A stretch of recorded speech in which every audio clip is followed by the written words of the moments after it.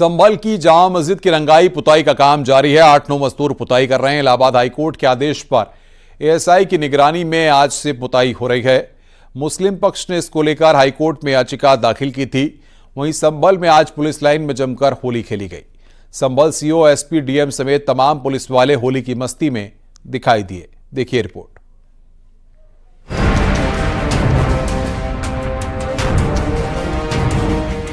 Allahabad high court के निर्देश पर संभल की शाही जामा मस्जिद में पुताई का काम शुरू हो चुका है। एएसआई की निगरानी में संभल की शाही जामा मस्जिद की पुताई करवाई जा रही है। चुनाव हो रहा है तो कब आए हैं आप लोग? अच्छा, कितने लोग लगे हैं काम में? 8-9 जने हैं सब। जामा मस्जिद तो बहुत बड़ी है, क्या लगता है कितने दिन में काम हो जाएगा ये?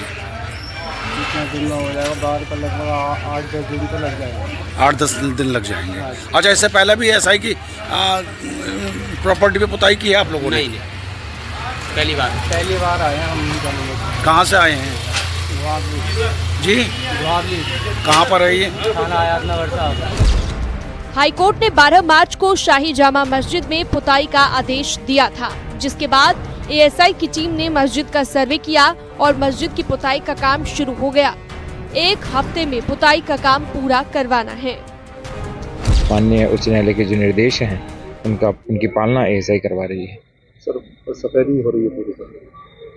वो एएसआई का एक अपना एक तरह से टेक्निकल एक्सपर्टीज है इसके अंदर, क्योंकि एएसआई को किस तरह से करना है, क्या करना है, कैसा कलर करना है, क्या कॉम्बिनेशन होना, वो सब उनका अपना मैटर है। एएसआई के द्वारा लाए गए ठेकेदार फरमान अली ने न्यूज़ 18 को बताया कि सिर्फ सफेद रंग की पुताई की जाएगी, बाकी कोई रंग नहीं लगाया जाएगा। कितने मजदूर आपके आए हैं? 9 आदमी आए हैं। 9 आदमी आए हैं। और कितना टाइम लगेगा बता रहे हैं? 1 हफ्ता लगेगा। 1 हफ्ते में सोचे हो जाएगा जी। अच्छा, ये नहीं कहा गया कि जल्द से जल्द करना है? क्योंकि प्रयास हमारा यही है कि हफ्ता कोई जरूरी नहीं है, उससे पहले नहीं मरता, उससे पहले करेंगे। प्रयास यही है। अच्छा, आज सफेदी लग रही है, कुछ और कलर? सफेदी है, खाली सफेदी लगनी है और कुछ नहीं। अच्छा, कौन कौन से कलर लगेंगे इसमें? कलर कोई नहीं लगना, सफेद होना है पूरा। मस्जिद के सदर जफर अली ने कहा कि पुताई का काम शुरू हो गया है। कोर्ट के आदेश पर 1 हफ्ते में काम पूरा करवाना है। कि जो हमेशा से होता चला आया है उसी से उन्हीं रंगों से हम पुताई करवाएंगे और हम किसी किस्म का कोई बदलाव नहीं करते। संभल पुलिस लाइन में इस बार होली का रंग कुछ अलग ही नजर आया। होली और जुम्मे की नमाज के सकुशल संपन्न होने के बाद पुलिस प्रशासन ने जबरदस्त जश्न मनाया। संभल में पुलिस की होली चल रही है और आप देख सकते हैं यहाँ पर एडिशनल एसपी श्री चंद्र और उनके साथ सीओ अनुज चौधरी और उनकी पूरी टीम इस वक्त होली के जश्न में डूब चुकी है। आप देखेंगे यहाँ पर होली का जो मजा यहाँ पर टीम ले रही है वो सबसे अलग है, क्योंकि होली के त्योहार के अगले 2 दिन बाद पुलिस की होली होती है और संभल पुलिस इस वक्त नाच रही है। ये वही संभल पुलिस है जिसने होली के दिन एक भाईचारे की मिसाल कायम रखते हुए होली और जुम्मे को बिल्कुल पूरी तरह से कायम रखा था। पुलिस अधिकारियों और कर्मचारियों ने जमकर होली खेली। इसमें डीएम और एसपी भी शामिल हुए।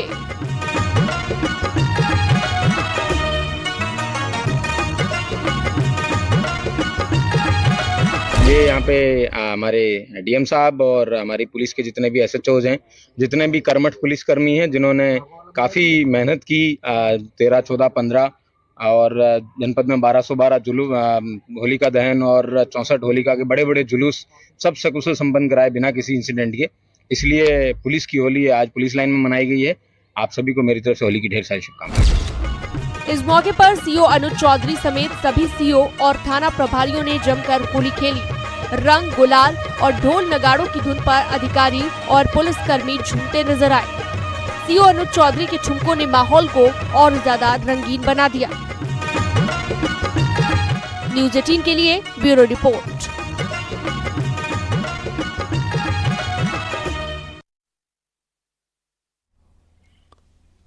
योगी सरकार विकास कार्यों को धार और रफ्तार देने में जुटी हुई है। इसी क्रम में लगातार सरकार के द्वारा कोशिशें की जा रही हैं।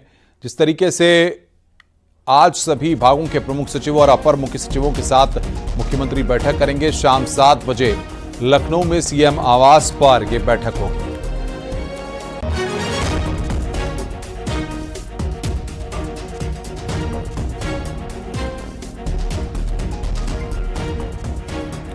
उत्तर प्रदेश के विकास को लेकर मुख्यमंत्री योगी आदित्यनाथ ने आज अपने आवास पर शाम 7 बजे सभी विभागों के प्रमुख सचिव, अपर मुख्य सचिव और मुख्य सचिव को बैठक में बुलाया है।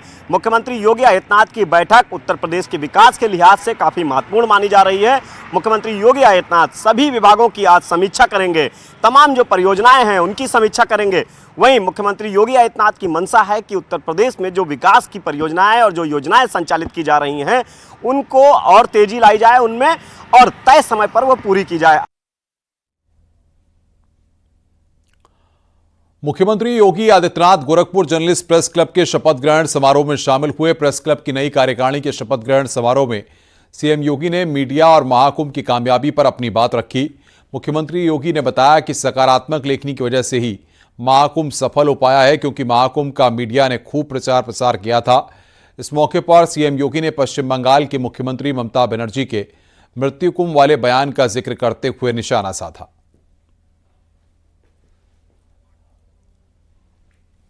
कितनी बड़ी ताकत मीडिया के पास है कि पूरी दुनिया को वह महाकुंभ का इस बड़े आयोजन में इस समागम का हिस्सा बनाती है। और मीडिया की उस सकारात्मक लेखनी ने सचमुच मानवता के मूर्त सांस्कृतिक धरोहर के रूप में महाकुंभ को स्थापित करके 66 करोड़ से अधिक श्रद्धालुओं को प्रयागराज नहाने में मदद की। अगर मीडिया नहीं होता सरकार कितना प्रचार करती, कहां तक जाती।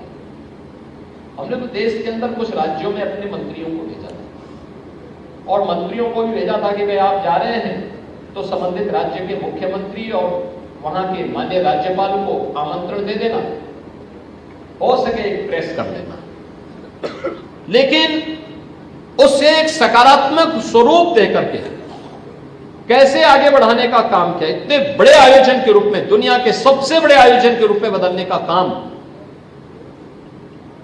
मीडिया की सकारात्मक लेखनी ने किया। और जब कोई आयोजन बड़ा होता है तो उसके भी परिणाम बहुआयामी होते हैं। इस समाज को जोड़ने का तो आधार बना, एक भारत श्रेष्ठ भारत का तो आधार बना ही, लेकिन संस्कृति भी समृद्धि का कारण बन सकती। 25 करोड़ की आबादी में होली सकुशल संपन्न हुआ, लेकिन वेस्ट बंगाल में कई जगह उपद्रव हुए होली के दिन, और होली के दिन उस उपद्रव को न संभाल पाने वाले लोग प्रयागराज के महाकुंभ को मृत्यु कुंभ कहते थे। लेकिन हम लोगों ने कहा है मृत्यु नहीं, ये तो मृत्युंजय महाकुंभ है। सबने अपनी मृत्यु पर भी जय प्राप्त की, विजय प्राप्त की है, और इसलिए मृत्युंजय महाकुंभ है ये। इस कुंभ ने साबित किया है वेस्ट बंगाल से प्रतिदिन 45 दिनों के आयोजन में 50,000 से लेकर के 1 लाख श्रद्धालु प्रतिदिन इस आयोजन का हिस्सा बना था। हम लोग देख रहे थे तमाम इंटरनेशनल मीडिया जो एकदम नकारात्मक भाव के साथ इस आयोजन के साथ पहले जुड़ती थी, गंदगी को दिखाती थी, अव्यवस्था को दिखाती थी, भगदड़ को दिखाती थी, अराजकता को दिखाने का कार्य करती थी। कहीं अच्छा भी हो रहा है तो उसको नकारात्मक दृष्टि से दिखाने का प्रयास करती थी। उसके बारे में तमाम प्रकार की नेगेटिव टिप्पणी करती थी कि महाकुंभ में तो महिला पुरुष का भेद होता है, यानी कुंभ के आयोजन में तो उनके द्वारा टिप्पणियां की जाती थी कि कुंभ के आयोजन में जाति भेद होता है, क्षेत्र भेद होता है, भाषा के आधार पर भेदभाव होता है, इस प्रकार की टिप्पणियां की जाती थी।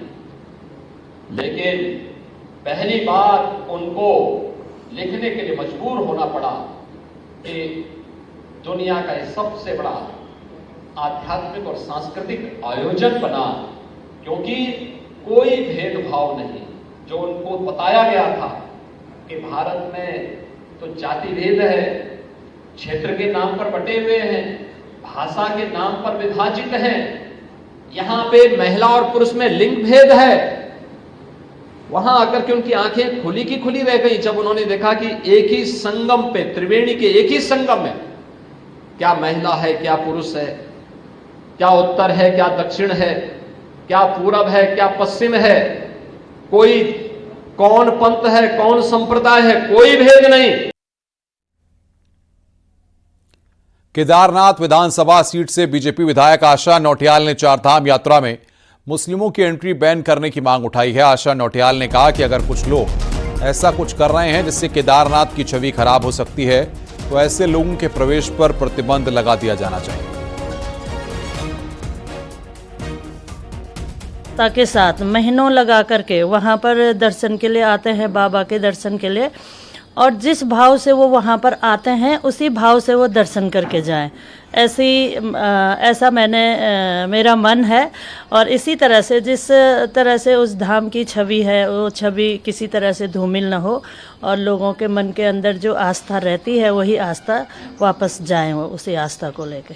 विधायक जी ये बताइए कि मतलब ये कौन लोग हैं, गैर हिंदू हैं, हिंदू हैं, और किस तरह की गतिविधियां ये लोग वहाँ कर रहे हैं? तो निश्चित तौर पर वो तो गैर हिंदू ही हैं जो मतलब बाहर से आके वहाँ पे ऐसी गतिविधियां कर रहे हैं और धाम को बदनाम करने का काम कर रहे हैं। आस्था के अपनी जनता पार्टी के बैनर तले आयोजित संविधान सम्मान और जनहित हुंकार यात्रा रायबरेली पहुंची।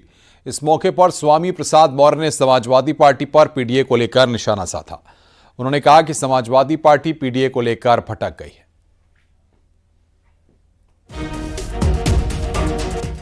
पीडीए का गठन का मंत्र भी मैंने ही दिया था, इसलिए उनका पीडीए कई मौकों पर झूठा साबित हो गया। वो कभी पीडीए में एक का मतलब अगड़ा जोड़ लेते हैं, कभी अल्पसंख्यक जोड़ लेते हैं, कभी अन्य जोड़ लेते हैं। इसलिए जो खुद दिग्भ्रमित है वो समाज को दिशा क्या दे पाएगा।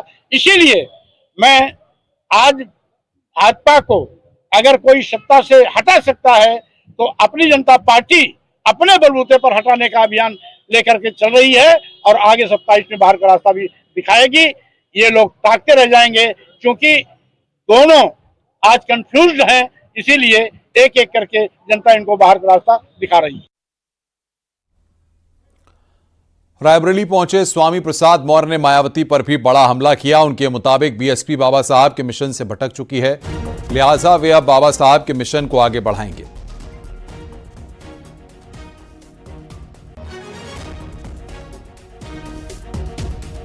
आज बसपा का बुरा हाल मात्र इसलिए हुआ ऐसा क्योंकि बसपा ने बाबा साहब डॉक्टर अम्बेडकर के मिशन और मानवर कांशीराम जी के सामाजिक परिवर्तन से नाता तोड़ लिया था। इसीलिए मैं सारे मिशनरी कार्यकर्ताओं को एक प्लेटफॉर्म पर लाने के लिए अपनी जनता पार्टी का गठन किया है। अपनी जनता पार्टी का 15 मार्च मानवर कांशीराम जी का जो जन्मदिन है वो स्थापना दिवस भी है।